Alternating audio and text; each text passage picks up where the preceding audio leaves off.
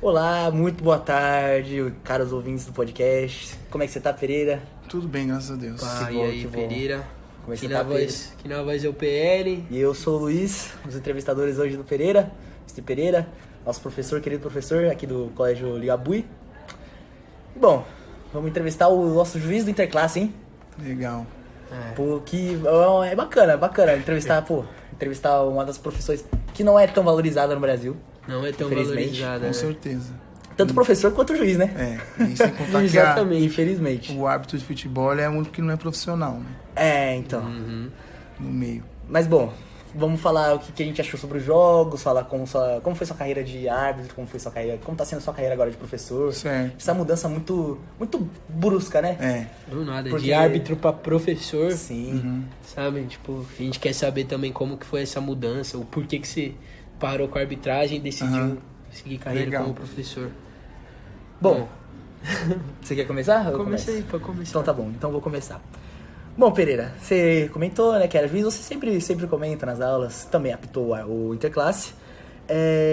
Você apitou quantos jogos, mais ou menos? Você tem uma noção? Eu devo ter apitado uns 300 jogos da federação, porque a federação é no amador também, porque a minha carreira, quando eu parei, eu estava chegando na Série A1, que seria tipo apitar Campeonato Paulista, Corinthians, Palmeiras, né? Eu fiz alguns jogos em amistosos, mas eu apitei muito o Campeonato Amador também. Então acho que no total deve dar uns 300. Profissional deve ter dado uns 100, mais ou menos. Bastante jogo. Eu acho que deu mais. jogo, Eu acho hein? que no total deve jogo. dar mais de 500. Porque na federação você apita na época que eu apitava, começava no Sub-15 os campeonatos. Sub-15, 17, Sub-20. E aí começava a Série B, que é um profissional bem... quase amador ainda. Depois tinha a Série A3, a Série A2 e a Série A1, que é a elite do campeonato. Então eu trabalhei em todas essas divisões aí, fora alguns campeonatos paralelos, que teve feminino, tinha a Copa Paulista, que era um campeonato que eles faziam no segundo semestre, porque os times grandes, Corinthians, Palmeiras, Flamengo, Tava jogando Brasileirão. São Paulo, eles disputam outros campeonatos ao longo do ano. Agora os times, é uma coisa que as pessoas precisam saber, os times pequenos, eles disputam o Campeonato Paulista e no segundo semestre eles ficariam sem... Eles não têm acesso a campeonatos brasileiros, a grande maioria. Nem a Série B, nem a Série C, nem a Série D. Então eles ficariam sem campeonato. Aí a federação fazia alguns campeonatos como esse, Copa Paulista, que teve uma vez, a Copa Paulista, que era para os times da... Eles faziam um puta campeonatão assim com todo mundo que era da série, que eles chamavam da Série A, que eram os times da Série A1 que não estavam no Brasileiro, os da Série A2 e da Série A3. E o campeonato da B, que era um campeonato para os outros times, durava o ano todo. Então, para esses times da Série A não ficar sem recurso, eles disputavam essa Copa Paulista. Eles ganhavam um incentivo financeiro, né, para participar, e quem ganhava acabava tendo acesso à Copa do Brasil, uma forma do clube também se promover no cenário nacional. Você começou a apitar em que ano? Eu comecei a apitar em 2000, o campeonato amador. Na federação eu me formei em 2001 e comecei a apitar em 2002. E profissional eu comecei a apitar em 2006, 2005 e na Série A1 eu cheguei em 2008, mas eu fui como reserva, 2008 e 2009. Não cheguei a apitar na Série A1. Eu não sabia que existia árbitro reserva. Sim, é o quarto árbitro, é o que cuida lá das substituições, aquele que levanta a placa. Esse é o quarto árbitro. Eu fiz bastante quarto árbitro na Série A1, Série A2. E quando eu terminei a Série A2, eu já estava mais... eu já tinha um nome já no meio, já tinha umas escalas mais direcionadas. Mas eu não conseguia ser indicado para a Série A como árbitro. E você achava divertido apitar? Ah, sim, eu gostava. Era bem divertido. Toda a expectativa, a nossa expectativa começava na quarta-feira. Quarta-feira é o dia que saem as escalas, né? E aí a gente tinha todo um planejamento da viagem, mesmo que era só aqui no interior, né? Tinha todo aquele planejamento, que era a organização, de saber quem era o trio que ia. Muitas vezes a gente caía com um colega, até de sala.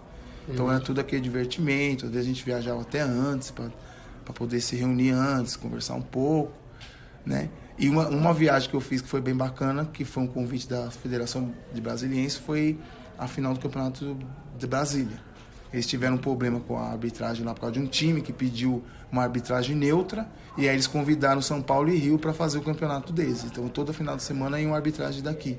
E teve uma dessas que eu fui, para minha sorte foi a decisão, né? Eu fui como árbitro reserva, mas foi bem legal, porque tinha bastante jogador famoso que eu vi na televisão, O jogo foi na Boca do Jacaré, para quem é corintiano sabe que o Corinthians ganhou a primeira Copa do Brasil lá, né? Então tinha todo aquele peso, né? Para mim tinha essas questões também. Então, ao longo da minha carreira teve alguns jogos, estádios emblemáticos que eu trabalhei, né? Graças a Deus eu trabalhei no Morumbi, no Pacaembu, né?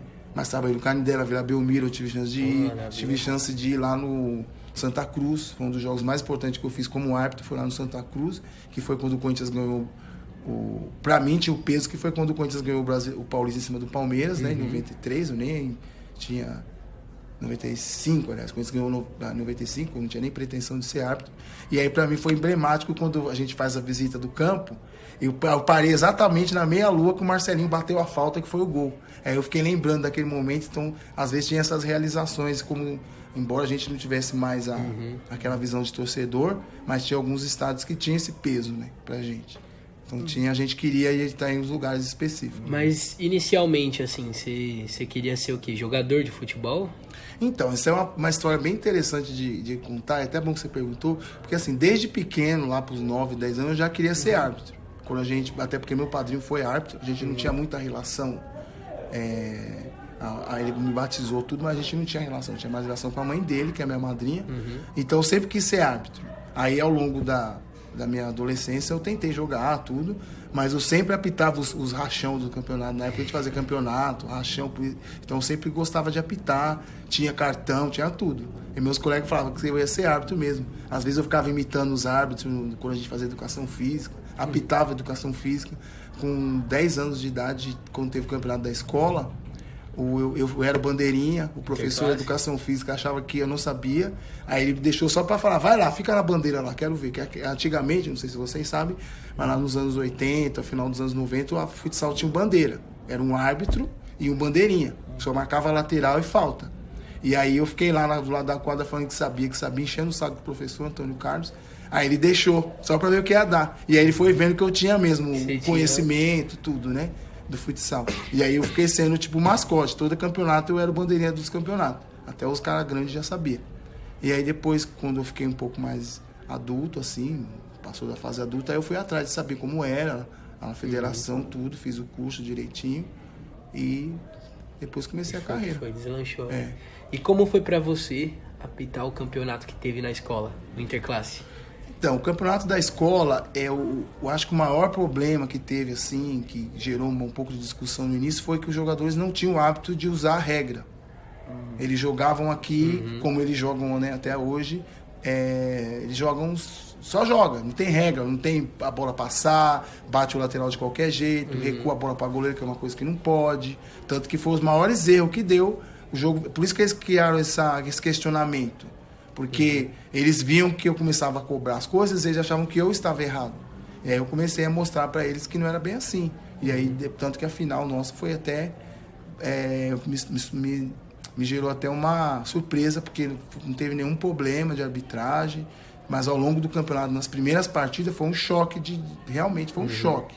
Porque eles viram que eu apitava tudo, porque é a regra. Né? Eles cobravam lateral que nem... eu já tinha presenciado eles jogando antes do campeonato, eu até orientei eles cobravam lateral direto, de dentro da quadra mesmo. Eu cheguei a ver, por exemplo, no dia que eu estava vendo eles brincando, um rapaz chutou a bola para fora, foi tiro de meta. O jogador de linha chutou de lá de fora da quadra pro outro, lá na outra área, quer dizer, totalmente furou todos os procedimentos.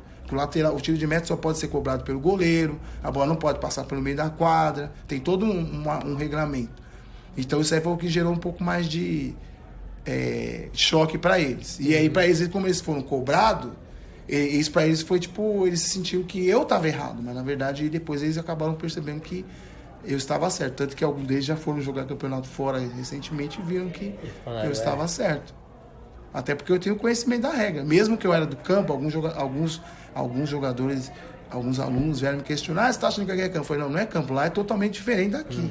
É que, por exemplo, uma coisa que quando eu era adolescente, nós jogávamos na regra, porque a gente fazia muito campeonato do bairro, entre bairros e tudo, então todo mundo conhecia as regras mais ou menos. Então a gente jogava futsal valendo regra, não tinha esse negócio de o cara pegar, como eu falei, cobrar o tiro de meta lá de fora da quadra pro outro, lá na outra área e fazer o gol e valeu. Tinha que passar pelo goleiro, não podia passar a bola pelo meio, demorasse muito para cobrar, perdia a posse da bola. Isso foi uma coisa que foi da minha época. Então eu não sei, talvez se eles não tinham essa cobrança onde eles costumam jogar fora daqui. Então esse foi o grande problema, assim. Certo. Bom, agora vamos para um papo mais leve. Você tem alguma história engraçada de quando você era árbitro? De quando você era árbitro, queria perguntar isso. Então, um jogo meu que ficou marcado, que saiu até no jornal, depois os caras me chamaram para falar no programa a respeito, foi uma partida que eu fiz foi um clássico, né? Não, foi Jabaquara e São Bernardo, foi a Série B do Campeonato Paulista, que o jogo não terminou, porque o jogo chegou em um determinado momento, o jogo começou, era um jogo no Campeonato Paulista, para vocês entenderem, tem que ter bem o contexto. O Campeonato Paulista da Série B, ele é jogos de ida e volta. É tipo um grupo de 10, 12 times, eles jogam uma fase visita, outra fase o time vai na casa do outro. E no jogo de ida, que foi lá em Santos, o Jabaquara é de Santos, teve briga lá, os caras tiveram alguns problemas lá, e eles levaram isso, tipo assim, ó, quando vocês forem lá em São Bernardo, nós vamos resolver isso aí. Os caras foram jogar lá. Só que o árbitro não sabe dessas histórias. Então eu fui lá, comecei a apitar o jogo, e no primeiro tempo teve bastante cartão amarelo, porque os caras estavam pegando mesmo. E aí no segundo tempo, a maioria dos caras que batia já tinha. Aí você tinha que expulsar. Fui expulsando um, fui expulsando o outro.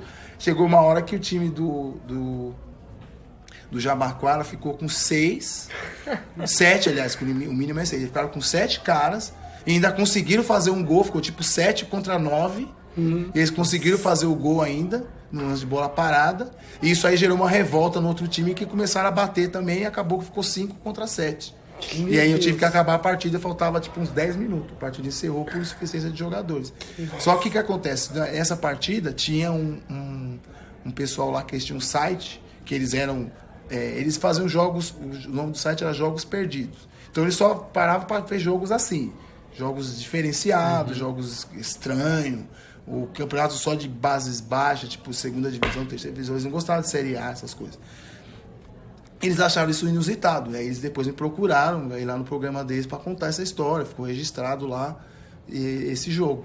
Foi um dos jogos, assim, foi o jogo mais inusitado, vamos dizer assim, porque tem, né, jogos que às vezes você acaba expulsando 2, 3, mas foi várias pessoas, foi tipo 11 caras no total, foi 5 de um lado e 6 do outro. Porque, inclusive, a última expulsão foi tipo uma briga, né? Então eu tive que expulsar 2 de um time e 1 do outro, e aí o time ficou com suficiência. O cara da mesária começou até a controlar, porque ele falou, esse jogo não vai acabar bem. Porque o primeiro tempo já foi pegado, assim. Todos os caras deixavam o pé, pra machucar mesmo. Então esse foi um jogo que ficou marcado pra mim por essa questão do tanto de cartão, né? Fora isso, acho que não teve nada de... Teve uma vez que eu fui fazer um jogo que o time estava eliminado, já tinha até caído de divisão e os caras quiseram brigar no final, porque eles acharam que foram prejudicados naquele jogo. Quer dizer, uma coisa que os caras foram lá cumprir tabela e eles quiseram arrumar briga, parecia final para eles, que os caras, o jogo não vale mais nada. Um time estava classificado e o outro time estava eliminado e já até caiu de divisão. Mas acho que eles queriam ganhar para fazer tipo uma média para a torcida, né? E o jogo, inclusive, era no campo deles. E aí no final o jogo terminou meio tenso, assim. Mas eu acho que de engraçado foi só isso. Teve um jogo, uma coisa interessante que para vocês talvez é até legal contar, que foi uma coisa que aconteceu no horário de verão.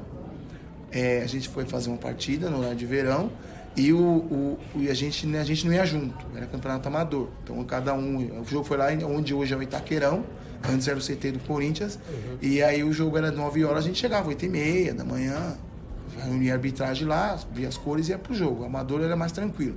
No profissional você tinha que chegar 2 horas antes, é toda uma regra, né, pra cumprir. E aí nós chegamos lá, eu cheguei, o outro árbitro chegou, e aí o cara não chegava. Aí o organizador arrumou um assistente lá, o cara bandeirava, e nós começamos o jogo, estamos lá tocando o jogo e tal. Daqui a pouco chega o cara com a mala. Tipo assim, no relógio dele tava 1 hora atrás. O jogo já tava terminando, o cara tava chegando. Aí falou, puta, eu esqueci que é horário de verão. Tipo, chegou depois. Isso aí foi uma coisa bem engraçada. Inclusive, no nosso meio, virou até um meio que, se fosse hoje, ele é tipo um meme, assim. Ele ficou todo mundo falando disso dias, né? Ele chegava nas arbitragens, o cara falou, meu horário de verão não. Ele atrasou, foi na virada do horário. Então o horário voltou ao normal e o relógio dele tava 1 hora a menos. E aí ele chegou lá no estádio, já tava, tipo, acabando já. Foi engraçado essa história também.